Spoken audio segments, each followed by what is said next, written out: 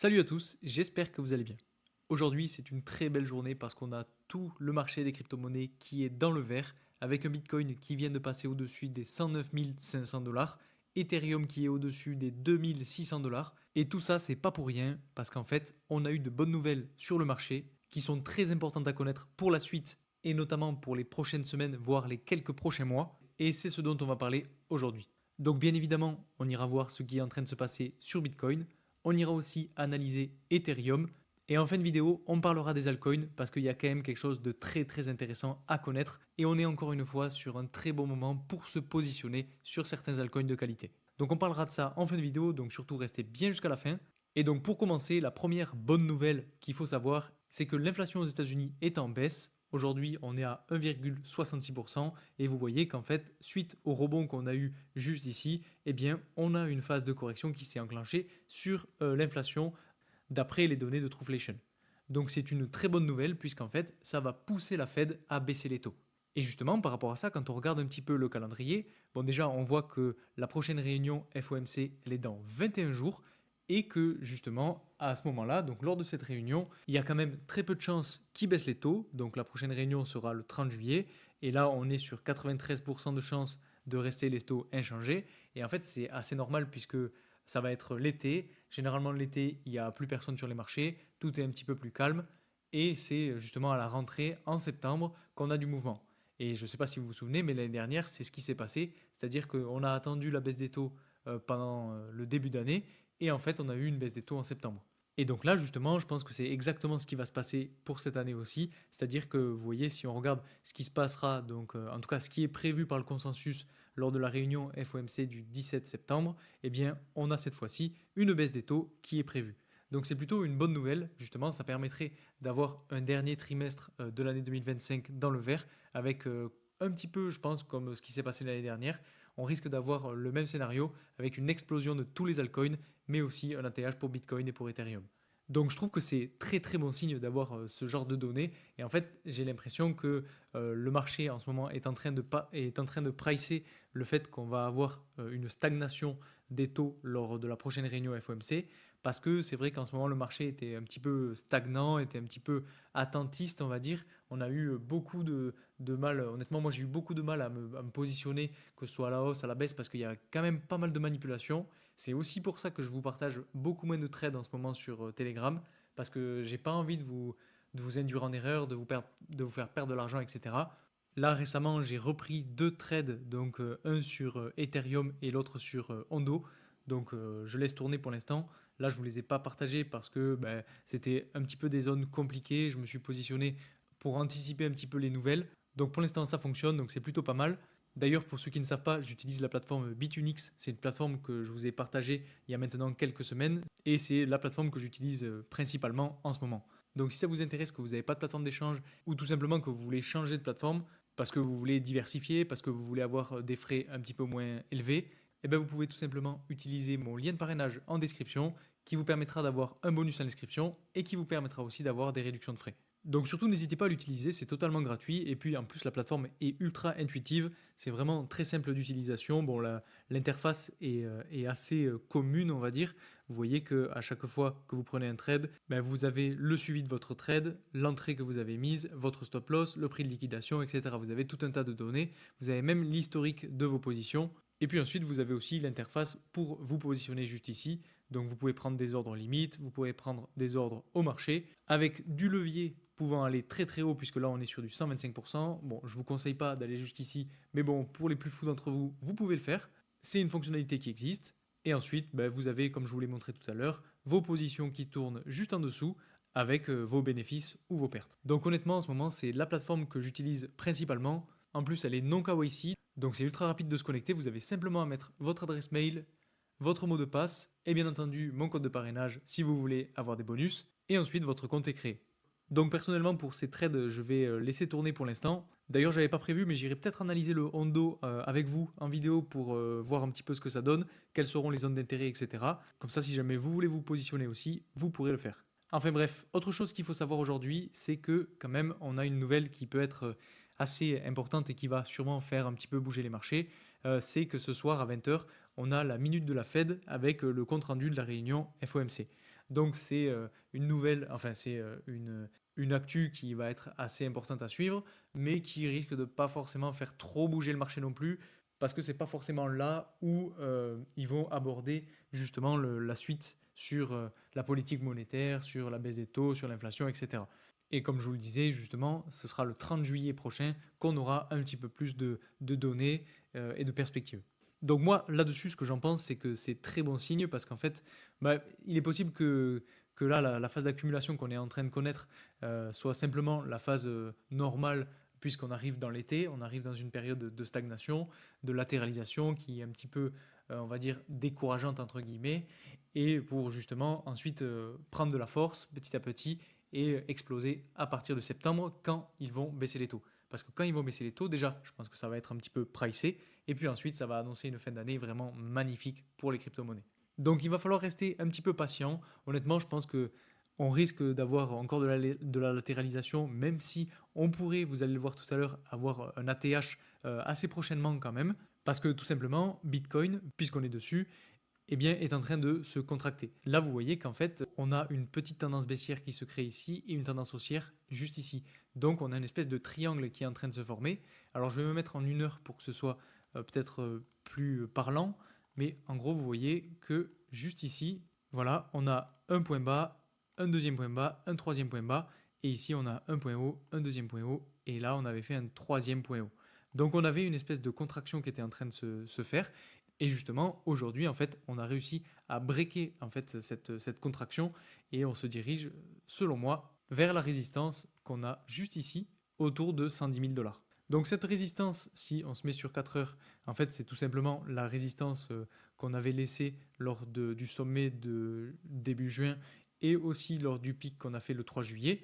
Donc c'est un niveau qui est très important puisqu'en fait, on est venu vraiment se reposer dessus lors de cette mèche justement du 3 juillet. Et en fait, on est quand même en train de réagir à des zones assez intéressantes. Donc là, cette tendance baissière, je vais pouvoir la supprimer parce qu'en fait, on est venu la casser. Mais vous voyez que pour le coup, on avait un order block qui a bien réagi une première fois, une deuxième fois, et ensuite on a corrigé. On est retourné chercher un nouvel order block, mais aussi la tendance baissière, et on a bien rebondi dessus. Et on est allé chercher cette fois-ci le niveau de résistance. Donc ça, je vous l'avais déjà présenté. Maintenant, actuellement, on est retourné chercher un nouvel order block. Cette fois-ci, encore une fois, à 2 reprises. Donc une première fois juste ici et une seconde fois juste ici avec les 2 mèches. Par contre, ce qu'il faut savoir aussi, c'est qu'on n'est pas allé chercher la zone OTE. Donc la zone OTE, je l'avais tracée simplement depuis le point bas de la phase haussière jusqu'au point haut avec justement les Fibonacci. Donc entre les 0,618 et les 0,786 de Fibonacci, on avait notre fameuse zone OTE.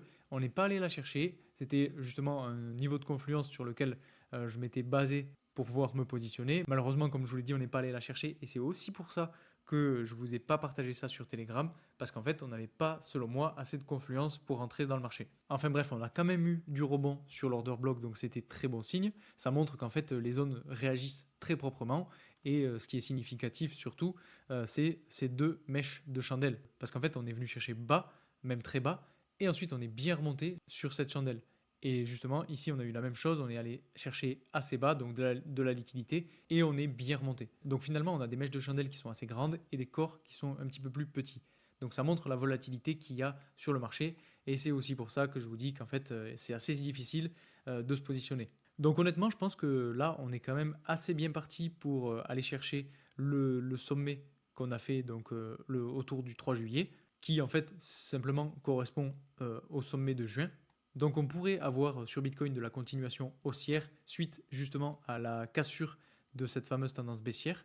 Donc ça, honnêtement, c'est très bon signe. Je pense que l'objectif là-dessus, c'est vraiment les 110 000 dollars. Mais il faudra quand même faire attention parce que, comme je vous l'ai dit tout à l'heure, il y a toujours cet order block qui n'a pas été touché et qui pourrait servir une nouvelle fois de niveau de support si on vient, pourquoi pas dans un premier temps, chercher les 110 000 dollars, se faire rejeter et finalement latéraliser un petit peu pour venir chercher de la liquidité qu'on a laissée sous ces 2 niveaux-là. Et donc là, on serait venu chercher une nouvelle fois la confluence entre l'order block et l'OTE et on serait venu chercher aussi potentiellement le niveau de support qu'on a sur les 105 000 voire 106 000 dollars. Donc ça, ce sera à voir en fonction de la tendance et du momentum qu'on aura sur le marché. Pour l'instant, honnêtement, moi je vois dans un premier temps le Bitcoin aller chercher les 110 000 dollars. En tout cas, la première target pour moi, ce serait ce niveau-là. Donc on va voir ce qu'ils vont dire ce soir lors de ce petit meeting là, en tout cas ce petit compte rendu FOMC, pour voir s'ils annoncent pas non plus de mauvaises nouvelles, parce que s'ils annoncent de mauvaises nouvelles, bah, bien entendu ça risque de faire corriger Bitcoin et l'ensemble des crypto-monnaies. Mais par contre s'ils annoncent des bonnes nouvelles, cette fois-ci, bah, c'est quasiment sûr qu'on ira chercher les 110 000 dollars. Et honnêtement, je vois pas pourquoi ils donneraient des mauvaises nouvelles, parce que ben déjà, on a l'inflation qui est assez basse, qui a bien corrigé, donc c'est plutôt une bonne chose. Après, peut-être que les tarifs que Donald Trump est en train de mettre en place avec un petit peu tous les pays là, risquent de potentiellement refaire évoluer l'inflation, mais bon, honnêtement, je pense qu'on a déjà eu assez de mouvements, que ce soit haussier ou baissier, à cause de ces tarifs, et en fait, petit à petit, ben, on connaît la musique, et du coup, je pense que on risque de ne pas avoir autant de mouvements, qu'ils soient haussiers ou baissiers, à cause de ce type d'annonce. Et puis, deuxième chose dont je vous ai déjà parlé lors de ma précédente vidéo, c'est que les indices américains, donc le S&P 500 et le Nasdaq, ont tous les deux fait des ATH. Donc si je me mets en journalier, vous voyez qu'en fait, on est bien venu breaker l'ATH sur le Nasdaq, mais aussi sur le S&P 500, ce qui est très très propre. Et généralement, quand on a des indices américains qui explosent comme ça, qui font des ATH, ben on a le Bitcoin et les crypto-monnaies qui suivent. Donc c'est pour ça que je vous disais qu'en fait, ces nouvelles-là risquent d'impacter les prochaines semaines, voire les prochains mois, en tout cas les premiers prochains mois, parce que à court terme, je vois bien quand même Bitcoin suivre les indices américains et faire un ATH lui aussi. Donc on n'en est pas encore là, bien évidemment il y a un petit peu de marge avant d'y arriver, mais on n'est quand même pas si loin que ça, parce que quand on regarde, on voit qu'on est à 109 300 dollars actuellement, et l'ATH est simplement à 112 000 dollars. Donc on est à moins de 3 000 dollars d'écart entre les deux. Donc honnêtement, ça ne m'étonnerait pas de voir une petite chandelle haussière dans les prochains jours, peut-être les prochaines semaines, pour aller chercher l'ATH et finalement suivre le marché américain et donc le S&P 500 et le Nasdaq. Surtout qu'en plus, sur le S&P 500 et le Nasdaq, donc là, le S&P 500, on avait aussi une espèce de contraction qui était en train de se faire, donc une espèce de triangle avec une tendance baissière et une tendance haussière comme ceci. Donc là, c'est tracé très grossièrement, mais c'est juste pour vous montrer, pour que vous ayez une idée de ce qui se passe. Et en fait, on a réussi à breaker à la hausse. C'est très très propre ce qui se passe et c'est encore plus bon signe pour avoir de la hausse sur le marché des crypto-monnaies. Donc là, encore une fois, très bon signe. Et sur le Nasdaq, on a un petit peu la même chose. Enfin, c'est même quasiment la même chose. Une tendance baissière, une tendance haussière, la formation d'un triangle et la cassure de la structure. Donc très très bon signe là-dessus. Ensuite, on va aller voir Ethereum. Après, on passera aux altcoins et je vous présenterai le Hondo. Donc sur Ethereum, donc qu'est-ce qui est en train de se passer? On est venu réagir dans le fair value gap, donc ça on en avait déjà parlé. Ensuite, on avait l'order block qu'on a bien réussi à breaker, donc là c'était plutôt intéressant. Ensuite, ici, peut-être qu'on est même allé chercher une zone OTE que je n'avais pas tracée. Voyons ce que ça donne. Ouais, on s'est arrêté en fait pile sur la zone OTE, enfin le haut de la zone OTE sur ce petit mouvement haussier. Donc je vais la tracer pour qu'on l'ait en tête. Voilà, on est venu se reposer pile dessus. Et on avait quand même un order block juste ici en 4 heures. Donc il pouvait y avoir de la confluence. Bon, honnêtement, je ne l'avais pas vu sur le moment, mais là pour le coup, bon, bah, c'est pas grave parce que dans tous les cas, on était venu rebondir un petit peu avant. Je sais plus si c'est là que je me suis positionné sur Ethereum. Enfin bref, dans tous les cas, je me suis repositionné sur cette tendance haussière. Et là, pour le coup, ce qu'il faut voir, c'est qu'on est enfin arrivé dans le fair value gap. Alors, c'est un fair value gap qui est journalier. Vous voyez ici, je l'avais tracé donc depuis cette mèche jusqu'à cette mèche. Donc, on avait bien ce fair value gap. Et le plus important maintenant, c'est de pouvoir franchir ce fair value gap et pas se faire rejeter. Bon, honnêtement, je pense que là, pour le coup, on est sur une tendance plutôt haussière. Donc, on fait des bas de plus en plus haut et des hauts de plus en plus haut. Donc, c'est bon signe. Maintenant, on risque d'aller chercher un point haut et pour ensuite, pourquoi pas, avoir un nouveau point bas tout en gardant la tendance haussière. Donc si on va sur des chandelles de 1 heure pour essayer d'analyser les choses, voilà, on voit bien clairement la tendance haussière juste ici, avec des bas de plus en plus haut et des hauts eux aussi de plus en plus haut. Et généralement, bon, ces tendances, il faut venir les liquider. Là, pour le coup, on n'est pas encore venu la liquider, parce qu'en fait, c'est un petit peu comme ce qui s'est passé ici. Là, on a fait des bas qui étaient de plus en plus hauts, on a aussi fait des hauts qui étaient de plus en plus hauts, et ensuite, hop, on est venu liquider la tendance pour aller chercher de la liquidité, et ensuite repartir à la hausse.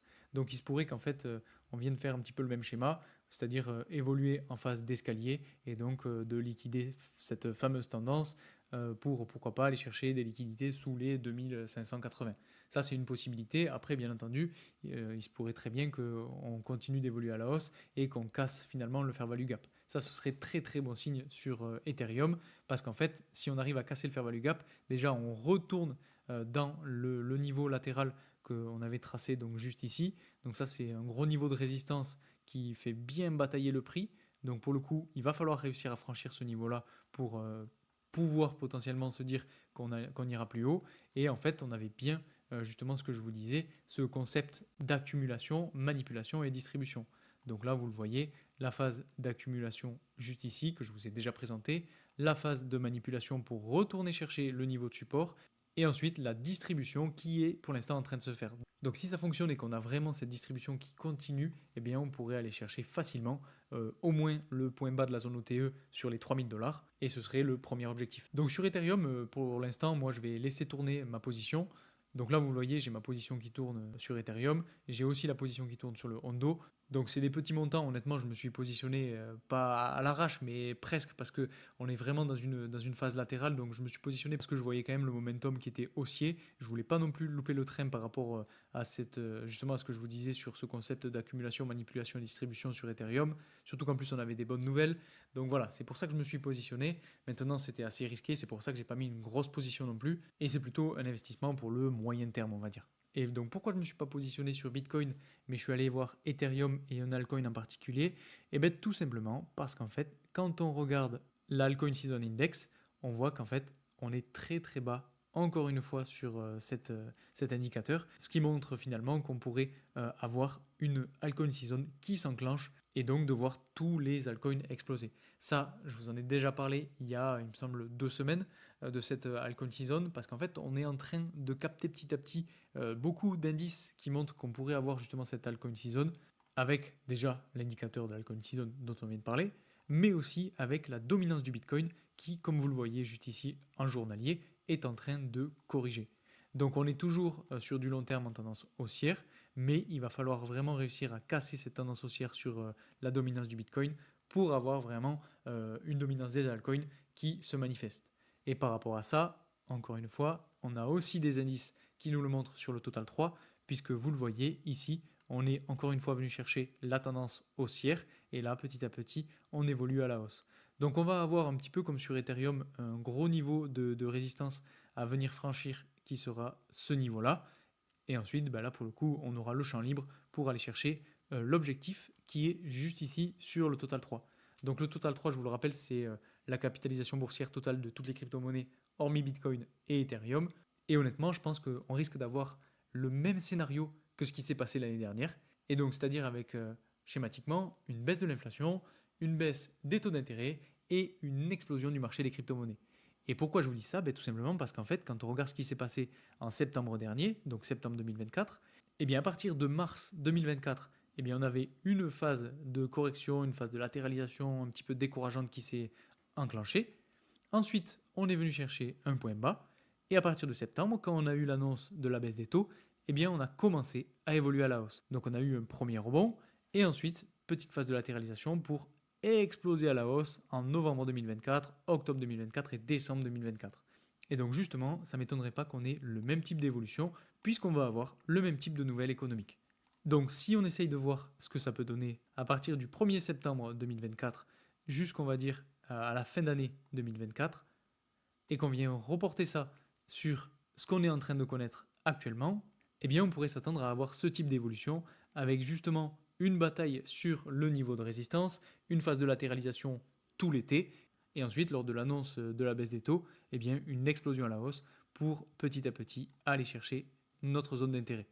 Donc voilà, ça c'est un petit peu la vision que j'ai sur le Total 3 et sur les altcoins. Donc attention, je ne dis pas qu'on va avoir une alt season qui va commencer dès demain. Je dis juste que là, on est potentiellement en train de un petit peu pricer les choses, même si on n'est pas encore sorti d'affaires, même si il va falloir attendre quand même de passer tout l'été, de passer une période assez plate pour ensuite, en septembre, enclencher quelque chose de très très propre et qui, selon moi, va annoncer la seconde phase de ce fameux bull run. Et donc maintenant qu'on a vu ça, on va aller rapidement analyser le Hondo.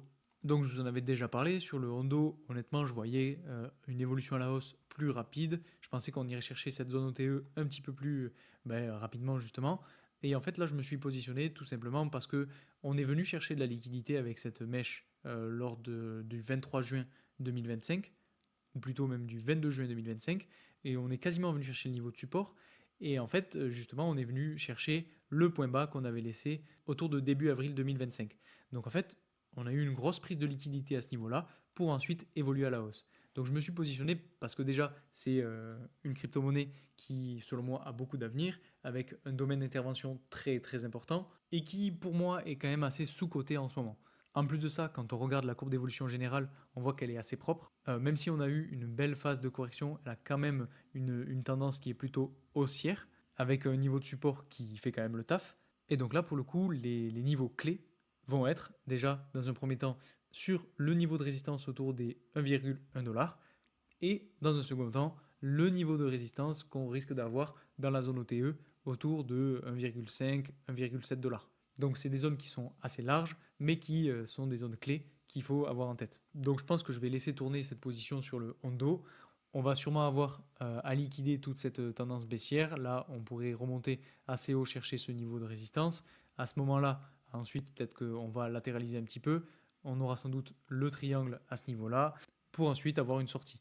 Donc ça, ce serait l'un des meilleurs scénarios parce que dans tous les cas, on va sûrement avoir de la bataille à ce niveau-là. Donc là, je vais le retracer. Voilà, on va sûrement avoir de la bataille sur ce niveau-là. Maintenant, est-ce qu'on va sortir en ligne droite juste ici? Ça, je suis pas non plus convaincu. Mais je pense que quand même, avec le momentum qu'on a en ce moment sur les altcoins et l'annonce de cette fameuse alt season, ben, je pense que justement ces altcoins vont en profiter. Et il y a beaucoup d'altcoins de qualité qui risquent de très bien fonctionner très prochainement. Donc est-ce que ce sera pendant l'été? Est-ce que ce sera après l'annonce des taux? Honnêtement, je ne sais pas. J'irais plus à dire que qu'on pourrait avoir une première vague juste avant l'été, en tout cas juste avant le mois d'août, pour ensuite avoir une seconde vague autour de fin septembre, début octobre, et pour finaliser l'année en beauté. Donc voilà, c'est mon avis là-dessus. N'hésitez pas à me dire en commentaire ce que vous en pensez. Mettez-moi aussi en commentaire si vous voulez les crypto-monnaies que vous voulez que j'analyse. Et puis encore une fois, si vous voulez profiter des avantages sur la plateforme Bitunix, n'hésitez pas à utiliser mon lien de parrainage pour vous inscrire. Donc voilà, c'est tout pour aujourd'hui. J'espère que cette vidéo vous aura plu. Si c'est le cas, n'hésitez pas à mettre un like sur cette vidéo, à commenter, à partager à vos amis, etc. Ça fait grandir la chaîne, ça m'aide vraiment. Donc un grand merci à tous ceux qui le feront. Et moi je vous dis à très vite pour une nouvelle vidéo. Salut!